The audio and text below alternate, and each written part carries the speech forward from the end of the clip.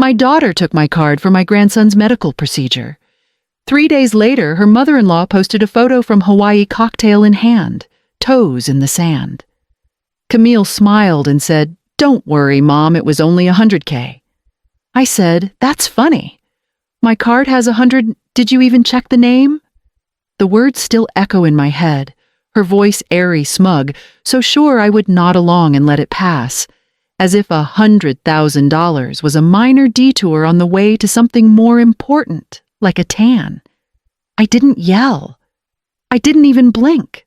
I just looked at her, and for a moment, I think she saw it. The shift, the calculation. She thought she was clever. She thought she was playing me. But the truth is, I've been watching her longer than she's been lying to me. And this time I didn't give her the chance to burn me twice. I've been called many things cold, too. Careful the kind of woman who reads every line in a receipt and still asks questions. But no one has ever called me stupid. This wasn't just money. This was betrayal wrapped in silk and sunscreen.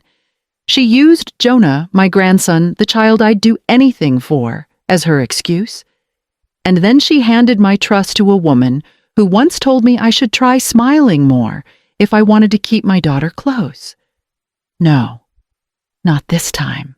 She crossed a line she didn't even see, and I'd been ready for it. I raised Camille alone after her father died. I was 32, newly widowed, with a 3-year-old who didn't understand why Daddy wasn't coming home. I worked full-time as an accountant in Asheville, taking extra hours during tax season and cutting coupons in between. We never had much, but I made sure she never felt that.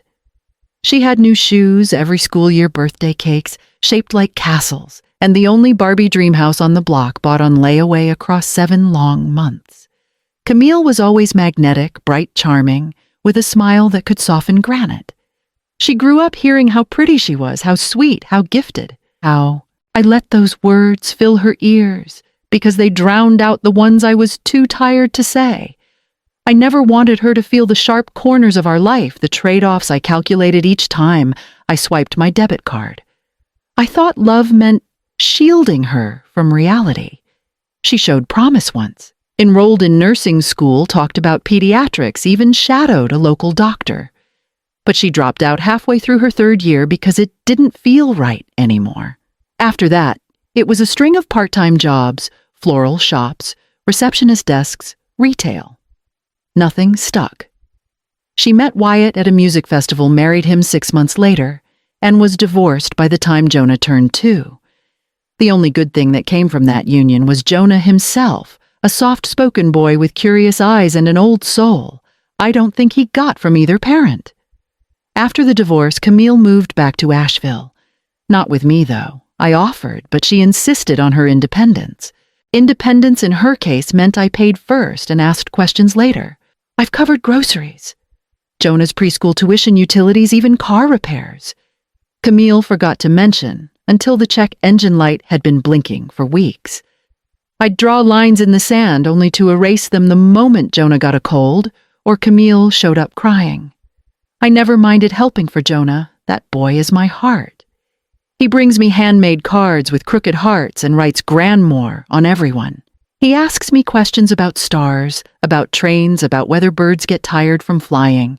And when he's asleep on my lap, the weight of him still small, I forget how bitter I've become about everything else. But Camille, she knows that. She leans on it.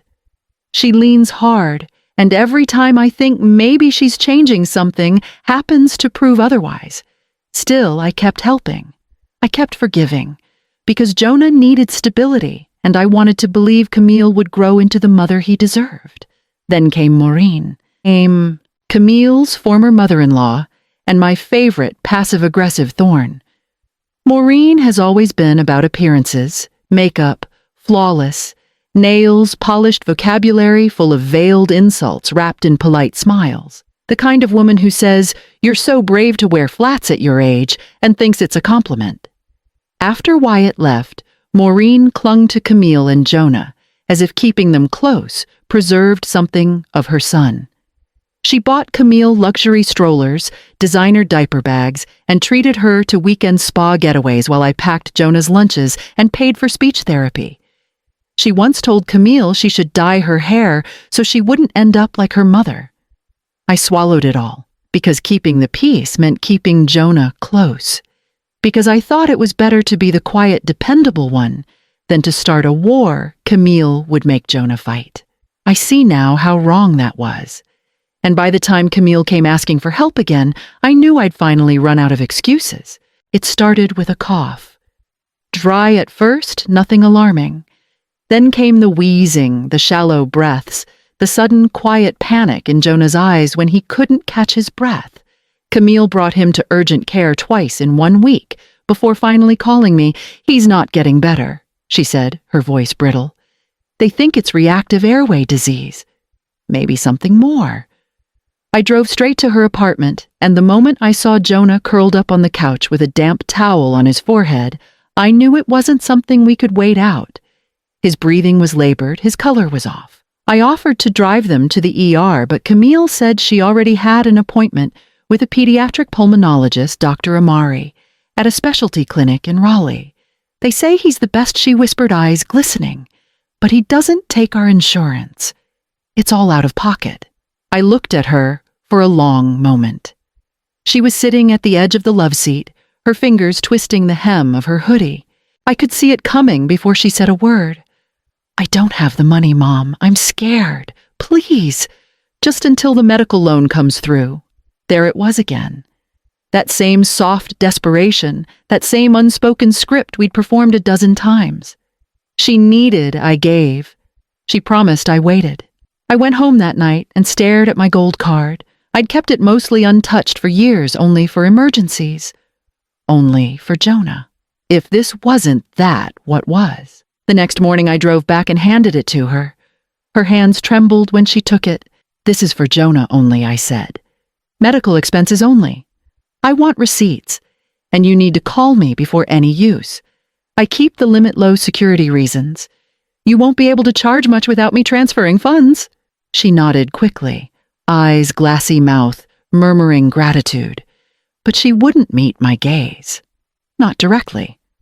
I told myself it was emotion, exhaustion, stress. I told myself that because I needed to believe it. Because I needed to believe that this time she meant it. Because Jonah was sick. And he needed help now. At first, Camille texted me daily brief notes that sounded pulled from brochures. "Initial consult went well," she wrote. "Waiting on test results. Dr. Amari is optimistic. No details, no scans, no bills. When I asked if Jonah needed anything, she said he was resting, and we've got it covered." I waited. I watched. And I tried not to dig, but a week passed, and the house was too quiet. I missed Jonah's questions, his laugh, the way he curled into me like a second heartbeat. I stopped by once unannounced, but no one answered. I stood there with a grocery bag of snacks and a knot in my chest that wouldn't loosen. That night, I couldn't sleep. I reached for my phone, scrolled aimlessly until a photo made my hand freeze. Maureen, on a balcony somewhere tropical. She was holding a pink drink with a paper umbrella and wearing a white silk robe, the kind that hotel spas give their exclusive guests. The caption read, "Morning calm, ocean breeze, family blessings.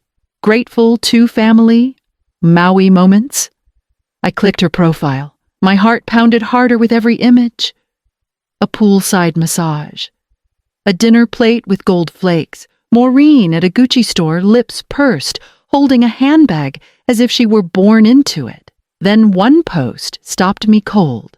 Couldn't have done it without sweet Camille. Family first. Girls getaway. I called Camille. Straight to voicemail. I tried again. Nothing. I went to see Jonah the next day. When I asked how he was feeling, he shrugged and said, "I'm okay now." Grandma Maureen said she needed a break. She flew on a big plane. My stomach turned. Not from the lie, but from how easily she let it sit in his mouth.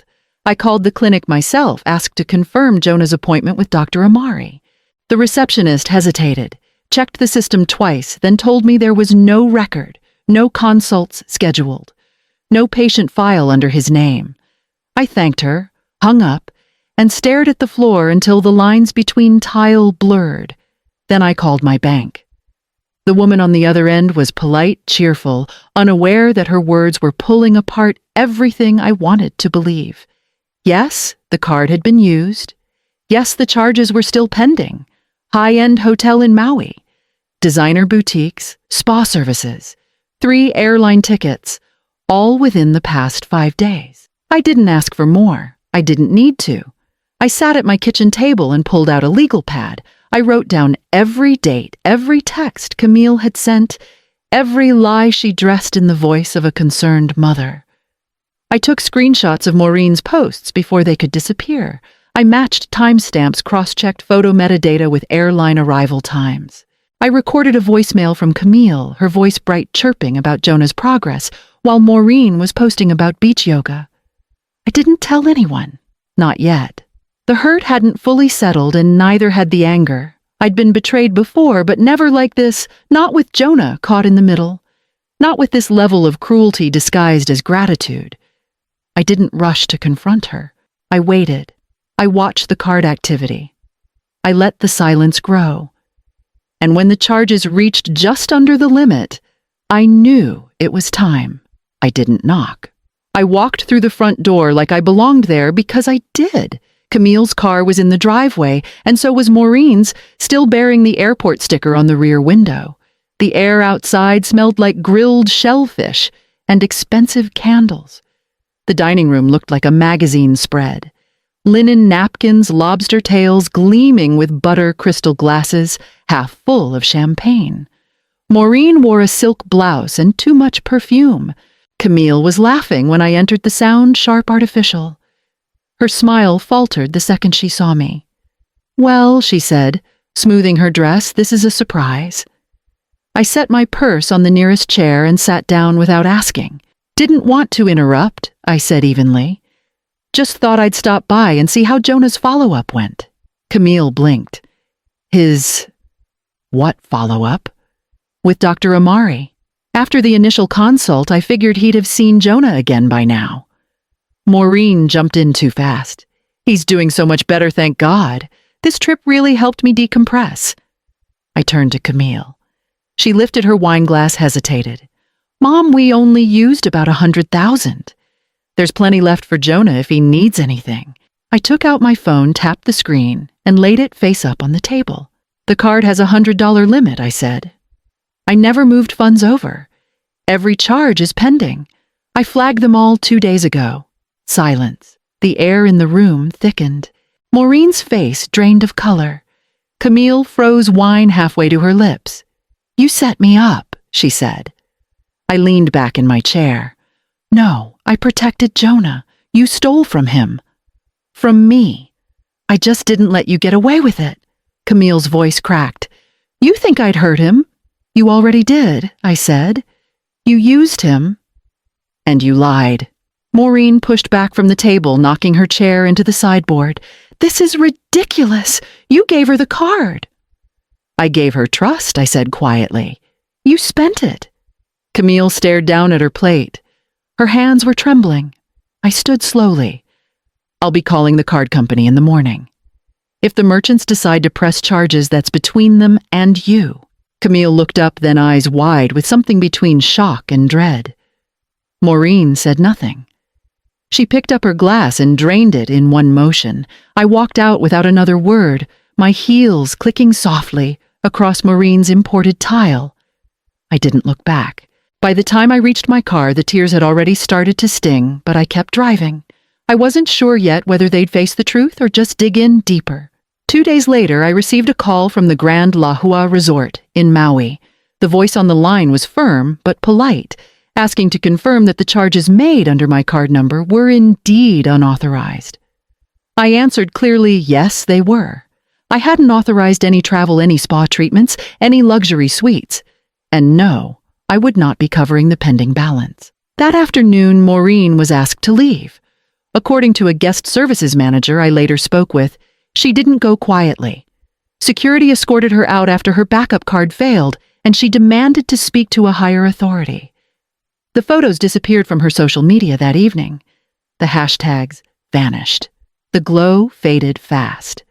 Camille showed up on my porch the next morning, eyes red hair, unwashed, her voice hoarse from pleading before she even said a word. "Mom, just this once? Cover it, please.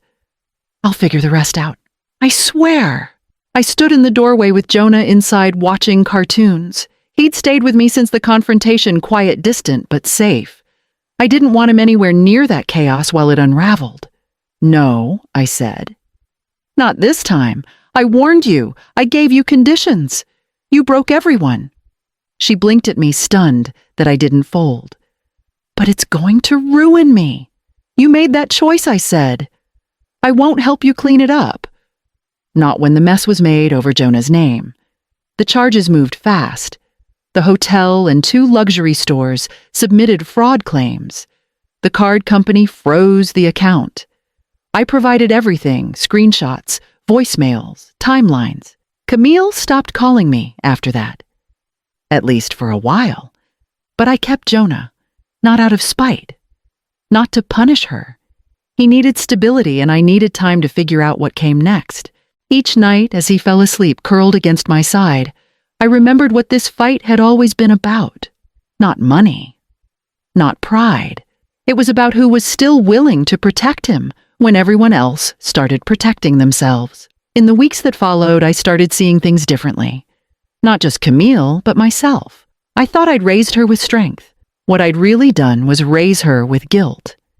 I gave her everything I never had growing up, because I thought that would make up for the things I couldn't control, her father dying too soon, the long nights she waited for me to get home from work, the loneliness I never found words to soothe. When she threw tantrums as a child, I calmed her with gifts. When she lied in high school, I called it stress.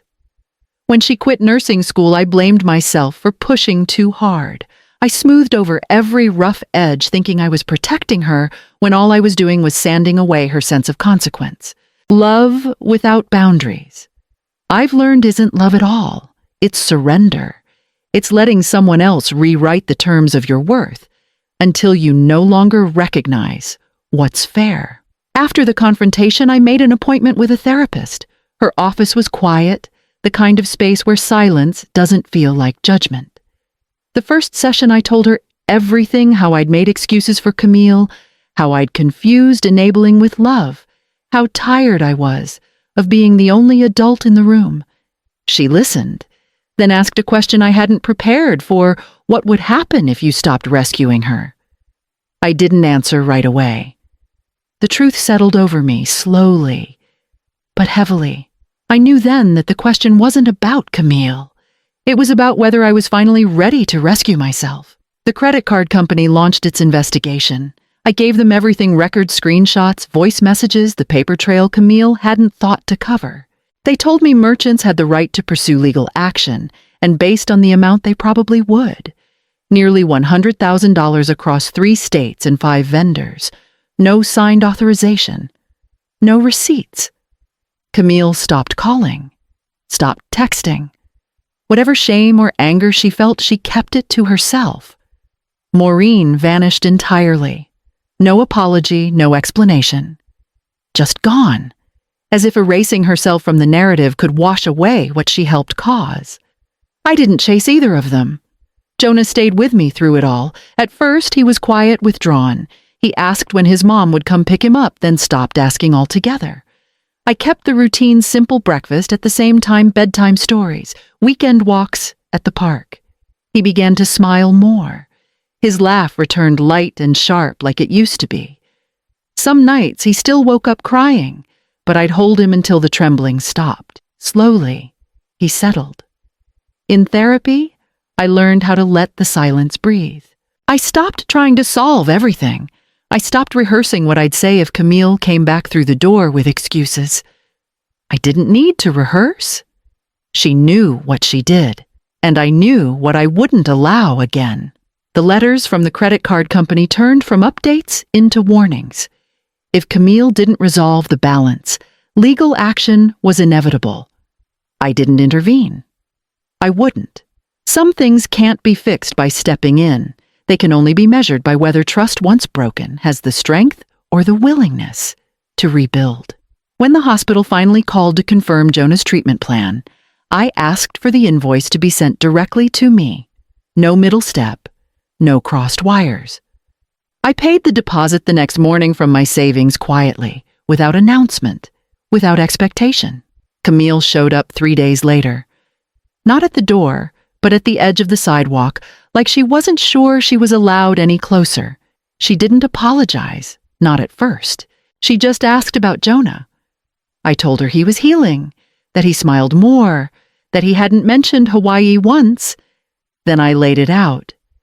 If she wanted any part in his life moving forward, she would need to show proof of steady employment, not promises, pay stubs. She would attend financial counseling real, certified, and consistent. She would have no access to my accounts. She would not be left alone to make medical or financial decisions for Jonah. Not until trust was earned again. She bristled, called me controlling, cold, told me I was punishing her. I didn't argue.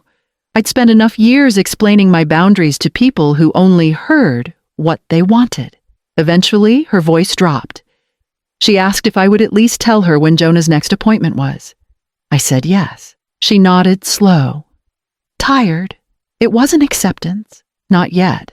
But it was the first time she didn't walk away when the answer wasn't easy. And for now, that was enough to keep the door open.